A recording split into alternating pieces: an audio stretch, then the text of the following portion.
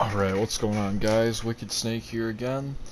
So I'm doing something a little different than I've done before. I've only showed and done tank videos for ESO, but this is probably my most solid healer I've ever had. I mean, my Templar is very good too, but this is by far my favorite one.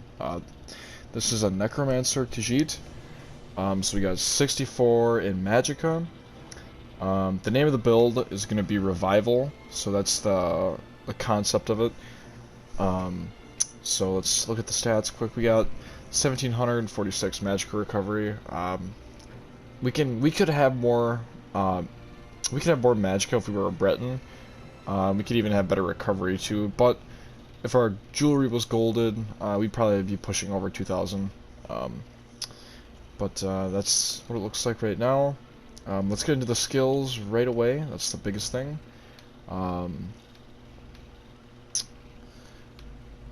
Alright, so Resistant Flesh. Sacrifice your own power to repair damaged flesh, healing you or an ally in front of you for 10,331 health, but applying minor defile to yourself for seconds, reducing your healing received and health recovery by 8%. So there is a little bit of a negative to that, but it's also a really strong heal. It's a good burst. Then we have Illustrious Healing. The next three abilities, including this one, these are on every single healer. Summon Restoring Spirits with your staff, healing you and your allies in the target area for 2,142 health and an additional 2,142 health every 1 second for 11 seconds. So it's probably one of the best AoE heals. Just for your team to stand in. A big thing about this is it procs Olo, because we're still using Olo on this build. I do realize that Spell Power Cure is definitely better than Olo, because nobody has to stand in it, but I haven't got around to getting it yet. But anyways, then we have Radiating Regeneration, share your staff's life, giving energy, healing you or up to 3 nearby allies for 20,388 over 10 seconds. Then we have Combat Prayer, slam your staff down to activate its blessing, healing you and your allies in front of you for 6,517. Also grants Minor Berserk and Minor Resolve, increasing you and your allies' damage done by 5% in physical resistance and spell resistance by 2,974 for 8 seconds. So when your group's all stacked up in a trial or even a dungeon, if you're healing in a dungeon, I know a lot of people 3 DPS dungeons, but if you do, it does call for a healer sometimes. It's just a really good heal for people to stand in. Helps out a lot. Like it's very the Minor Berserk and the Minor Resolve just make it by far one of the best things in the game for a healer to use. And of course we have Energy Orb. This is how your team gets their resources when they're running low. Projected Globe of Regeneration that slowly floats forward, healing for 1,732 health every 1 second to you and your nearby allies. An ally near the globe can activate the Healing Combustion Synergy, causing the orb to explode and heal for 7,320 health to nearby allies, and restoring 3,960 magicka or stamina to the activator, whichever maximum is higher. Okay. Honestly, this is it's just really good because your team always is going to need resources, and it heals too. So it's not like you're just throwing it out there and just grabbing resources. It's also a heal. It's a really strong heal just for people to stand next to. Then the ultimate we have on here is, so this is up for debate. So you could use Renewing Animation. You could even use a Colossus. But obviously, as a healer, you're a support, just like a tank, you want to use Warhorn as much as possible. I just have it on my bar just in case. I mean, you never know when this could be if you guys are, execute, you got people dropping, all of a sudden, you don't have people dropping anymore because you just restored them. Bring your allies back from the brink of death, resurrecting up to 3 allies at the target location. You restore 5,300 magicka and stamina for each ally you attempt to resurrect. So, yeah, when they're resurrected, so they gain magicka and stamina. So that's, it's like getting 3 reses real quick, but everybody being back to what they were when they were alive. They're not depleted. Like I said, you can use this, or you could use Colossus on the front bar, or you could throw Warhorn in the back bar and throw this in the back bar and Colossus in the back bar. So let's go to the back bar, because we were just talking about it. So we've got Unstable Wall of Storms, so this is how we're going to get off balance for the team. Slam your staff down to create an unstable storm barrier in front of you, dealing 1023 shock damage to enemies in the target area every 1 second and setting concussed enemies off balance for 7 seconds. When the effect ends, the barrier explodes, dealing 5122 shock damage. So again, off balance, helps your team out a lot. Then we have Unnerving Boneyard. Desecrate the ground at the target location, dealing 11,627 frost damage over 10 seconds and applying major breach to enemies within, reducing their physical and spell resistance by 5,948. Consumes a corpse on cast to deal 50% more damage. An ally standing in the graveyard can activate the Grave Robber synergy, dealing 9,604 frost damage to enemies in the area and healing for the damage done. So, you know, it just helps drop the resistances of enemies, so your team is able to do more damage in that certain period of time. So you want to make sure that you always got this up whenever it drops off, because it really does, it increases your team's damage. Then we got Ellie Drain. Send the elements to sap an enemy's defenses and afflict them with major breach for 23 seconds, reducing their physical and spell resistance by 5,948. Also applies minor Magicka Steel to the enemy for 23 seconds, causing you and your allies to restore 168 Magicka every 1 second when damaging them. So this helps your team, you know, get that Magicka back that they're spending. If it's a Mag Tune, if it's a Stam Tune, it's not going to get that back, but for Mag Tunes, it will. Then we've got Spirit Guardian. Conjure a ghostly spirit to do your bidding and stay by your side for 16 seconds. The spirit heals you or the lowest health ally around you every 2 seconds, restoring 3,762 health. While active, 10% of the damage you take is transferred to the spirit instead. Creates a corpse on death. This is it's really nice just to have up. It keeps you kind of like solid, like your health. It just keeps it going up.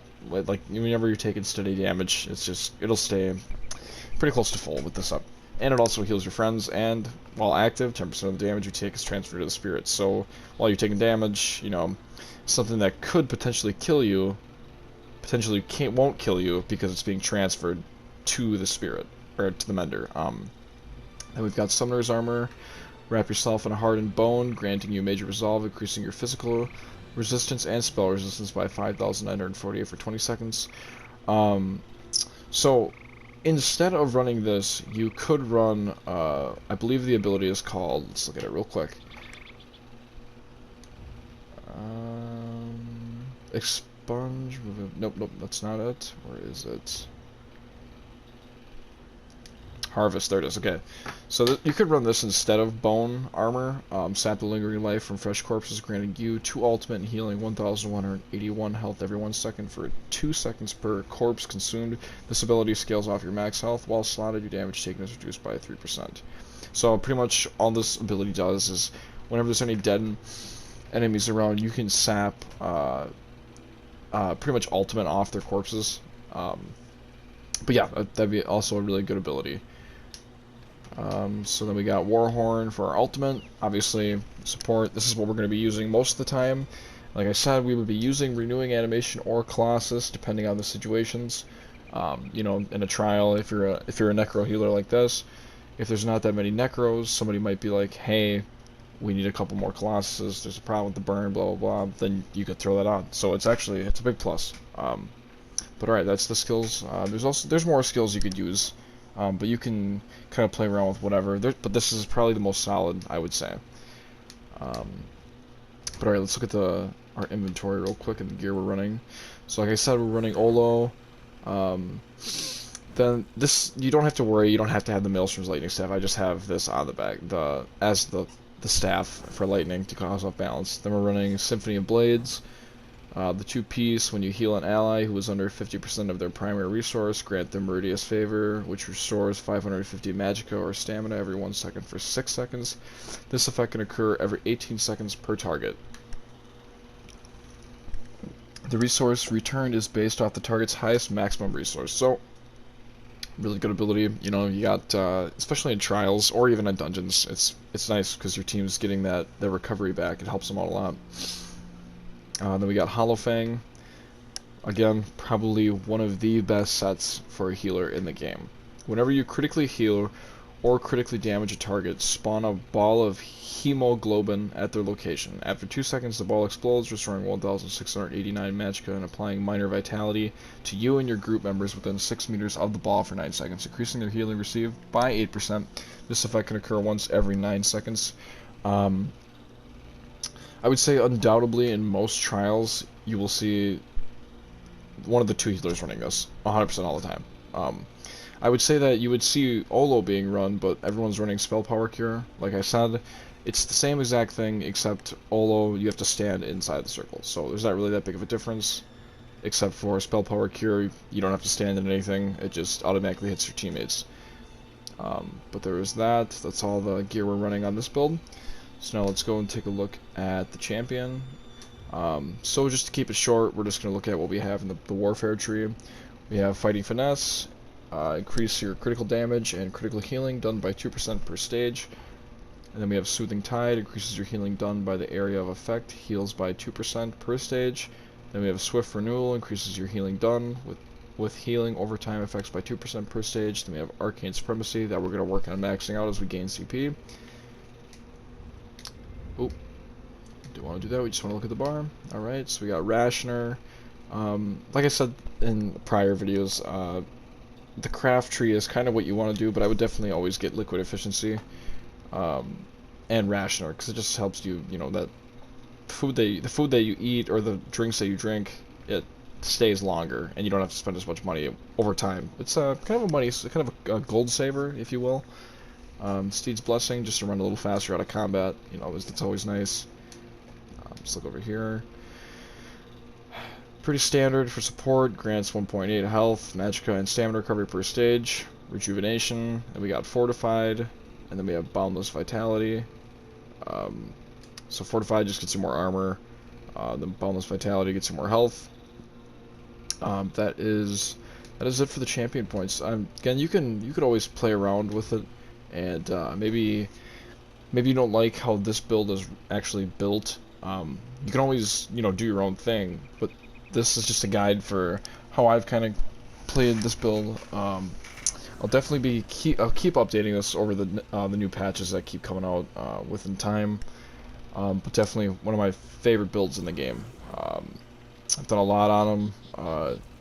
Healed back height on Vast Hard mode. And I've healed every trial except for Rock Grove because I haven't done that yet.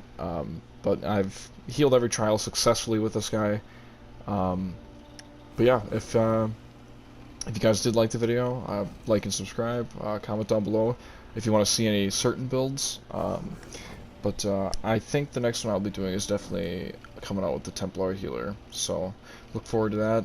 Hope you guys have a great rest of your day or night, depending on whatever time you looked at the video. Thank you again for watching.